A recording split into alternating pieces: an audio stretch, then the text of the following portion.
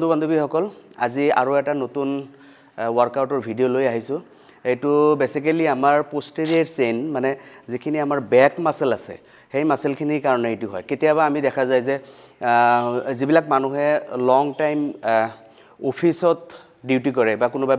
লং time bike চলায় আমাৰ কঁকালত পেইন হৈ থাকে সদায় বা কিবা এটা আমি ঘৰত যেতিয়া সিলিন্ডাৰ এটা উঠাব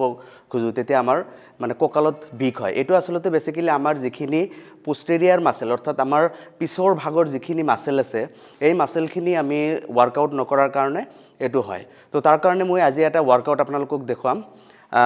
মই বাৰু এতে ওয়েট লৈ মাৰি আছো আপোনালোকে ইচ্ছা কৰিলে ঘৰত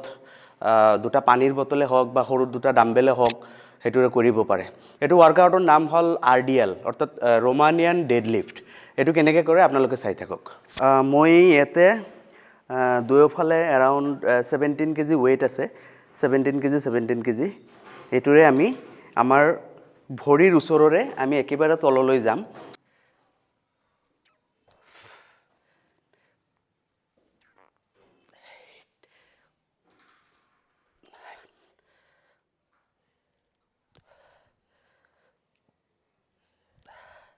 থ্ৰী সেটস কৰিব 10ৰ পৰা 12টা লৈকে ৰেপিটেশন লৈ